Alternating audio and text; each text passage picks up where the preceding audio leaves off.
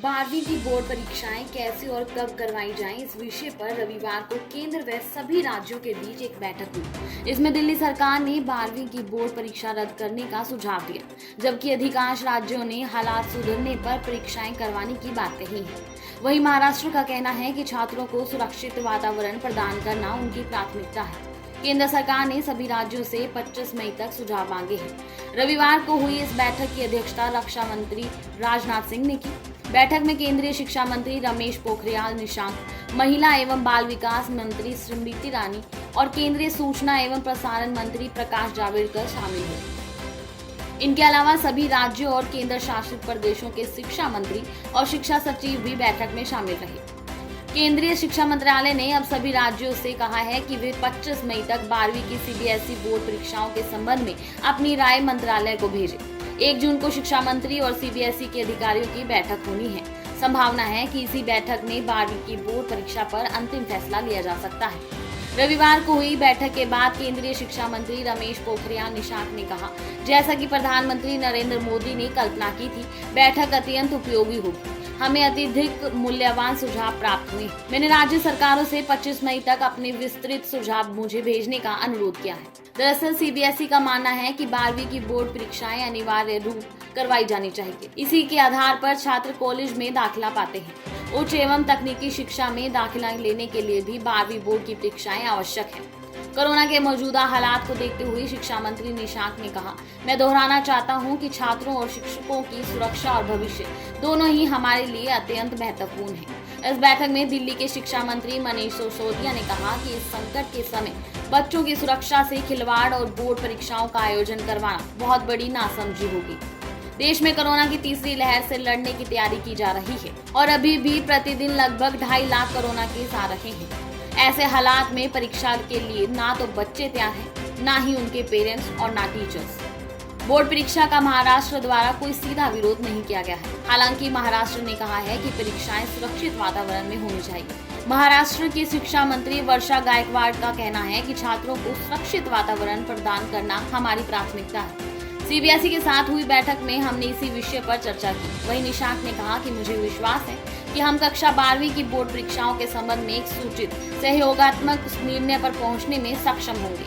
अपने अंतिम निर्णय के बारे में छात्रों और अभिभावकों को जल्द से जल्द सूचित करके उनके मन की अनिश्चितता को दूर करेंगे।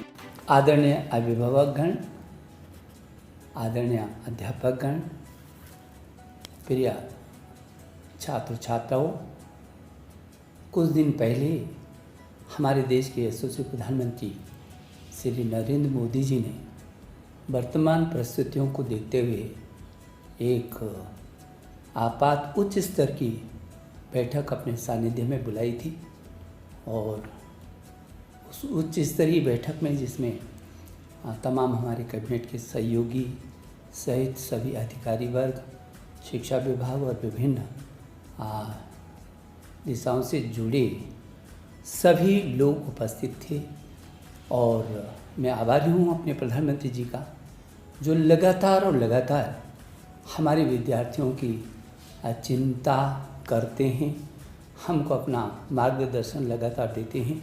उन्हीं के निर्देश पर एक बहुत ही उच्च स्तरीय बैठक आज हमारे देश के यशस्वी रक्षा मंत्री श्री राजनाथ सिंह जी की अध्यक्षता में हुई और जिसमें मेरे साथ केंद्र के 2 सहयोगी कैबिनेट मंत्री स्मृति ईरानी जी और श्री प्रकाश जावड़ेकर जी सहित मेरे सहयोगी मंत्री संजय धोत्रे जी भी थे और देश के कई राज्यों के मुख्यमंत्री, कई राज्यों के उप मुख्यमंत्री और सभी राज्यों के शिक्षा मंत्रीगण और दुनिया की सबसे बड़ी शिक्षा प्रणाली तंत्र के सभी सचिव और अधिकारी वर्ग पूरे देश के आज एकजुट थे अपनी छात्रों के सुरक्षा और भविष्य को लेकर।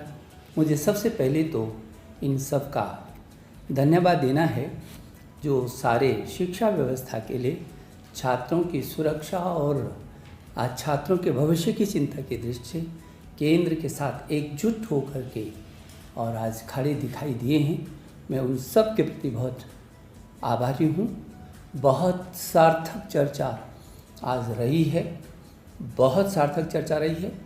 बहुत महत्वपूर्ण सुझाव सभी राज्यों से आए हैं और पिछले वर्ष भी राज्यों ने आज एकजुट होकर के इस कोरोना काल के महासंकट में बहुत अच्छे तरीके से प्रदर्शन किया था। और आज भी मेरे प्रिय छात्र छात्रों, आप जानते हैं पूरी दुनिया इस कोरोना के महासंकट से जूझ रही है और हम अछूते नहीं हैं। ये चुनौती हमारे सामने है और मुझे इस बात का भी गौरव महसूस होता है कि हमारे अध्यापकगण ने फ्रंट लाइन पर आकर के जिस तरीके से पूरे वर्ष में मेरे छात्रों को ऐसा महसूस नहीं होने दिया और साथ में नहीं जाने दिया, ऑनलाइन एजुकेशन यथासंभव वहाँ तक पहुँचे हैं जहाँ तक पहुँच सकते थे और पहुँच रहे हैं। जो थोड़ा बहुत कमी है उसको भी दूर कर रहे हैं। शायद ये दुनिया का पहला ऐसा उदाहरण होगा जब 25-30 करोड़ छात्रों को ऑनलाइन पर और घरों को ही स्कूलों में तब्दील कर दिया गया होगा। अभिभावकों मैं आपका अभिनंदन करता हूँ। आपने और अध्यापकों ने मिल करके छात्रों को इस ऐसे वक्त पर बहुत संभालने की कोशिश की है और छात्रों ने भी जो साहस दिखाया है, उत्साह दिखाया है, इसके लिए भी मैं उनका अभिनंदन करना चाहता हूँ, मैं शुभकामना देना चाहता हूँ। मेरे प्रिय छात्र छात्राओं, जो आज बैठक हुई है उसमें कुछ राज्यों ने कुछ समय मांगा है और सुझाव देने के लिए, और उनको कहा गया है कि 25 मई तक वो अपने सुझाव दे देंगे ताकि जल्दी से जल्दी हम इस अनिश्चितता को दूर कर सकेंगे। मुझे याद आता है कि जब हमने आपकी CBSE बोर्ड की इंटर की परीक्षाओं को स्थगित किया था, तब हमने आपसे कहा था कि हम 1 जून तक इन परिस्थितियों का आंकलन करेंगे। जो भी परिस्थितियाँ होंगी वो आपकी सुरक्षा और आपका भविष्य, हमारे सामने दोनों चीज़ें हैं, सुरक्षा पहले और उसके बाद आपका भविष्य। इन दोनों को देख करके हम फिर 1 जून को आगे का आपको अवगत कराएंगे जो भी परिस्थितियाँ होंगी। हमने ये भी कहा था कि जब भी हम इस बात की घोषणा करेंगे तो कम से कम 15 दिन हम आपको देंगे ताकि आपके मन में अचानक न हो कि कब तिथियों की घोषणा हो और कब फिर जो है आप संभलें। तो मैं ये समझता हूँ कि ये 25 मई तक सभी राज्यों के जो राज्य, कुछ ही राज्य हैं जिन्होंने कहा है कि हमको थोड़ा सा और भी मौका दीजिए। हालांकि उनका भी सकारात्मक रूप था, लेकिन और क्या क्या सुझाव हो सकते हैं उनके लिए, वो 25 मई तक उन राज्यों के सुझाव भी आ जाएंगे। और मैंने कहा है, अपने अभिभावकों से भी कहा है, आपसे भी कहा है, अध्यापकगण से भी कहा है, यदि आपके भी कोई सुझाव होंगे तो मेरे ट्विटर पर आप अपने सीधे सीधे सुझाव भेज सकते हैं। मुझे भरोसा है कि जो हमने आपको कहा है कि 1 जून से पहले और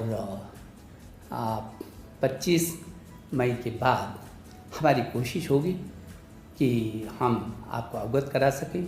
मैं आपको विश्वास दिलाना चाहता हूँ, प्रधानमंत्री जी के निर्देश में आपकी सुरक्षा हमारे लिए पहली है और आपके जीवन और आपका भविष्य भी हमारे लिए उतनी महत्वपूर्ण है। और इसलिए इन सब को ही ध्यान में रख करके जो भी परिस्थितियाँ भविष्य के लिए बनेंगी, हम आपके साथ खड़े हैं।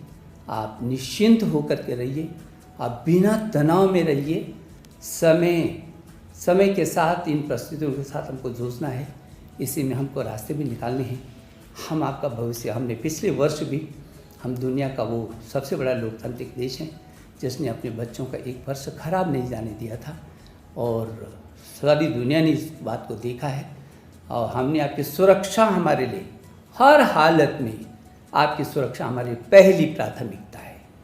और इसलिए फिर मैं भरोसा दिलाना चाहता हूँ कि आप बिल्कुल निश्चिंत रहिए और जो भी निर्णय होगा वो आपके हित में होगा, आपके जीवन के सुरक्षा की दृष्टि से होगा और आपके भविष्य में आपके भविष्य को लेकर के होगा।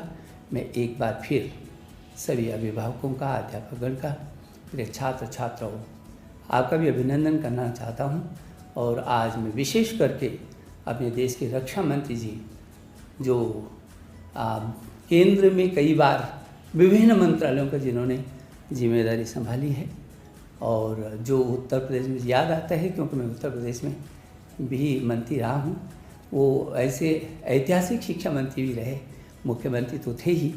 आज उनके सानिध्य में पूरे देश का शिक्षा तंत्र ने पूरा बहुत देर तक विचार विमर्श किया है, बहुत सार्थक, बहुत ही सार्थक। पूरा देश के शिक्षा सभी राज्य एकजुट है। मुझे इस बात को लेकर के प्रसन्नता होती है और मैं वो सभी राज्यों को धन्यवाद भी देना चाहता हूँ। और मेरे जो सहयोगी मंत्री आदरणीय जावड़ेकर जी और आदरणीय स्मृति ईरानी जी को भी मैं हृदय की गहराई से धन्यवाद देना चाहता हूँ। मैं एक बार आपको शुभकामना देता हूँ। बहुत बहुत धन्यवाद। Portal bureau report.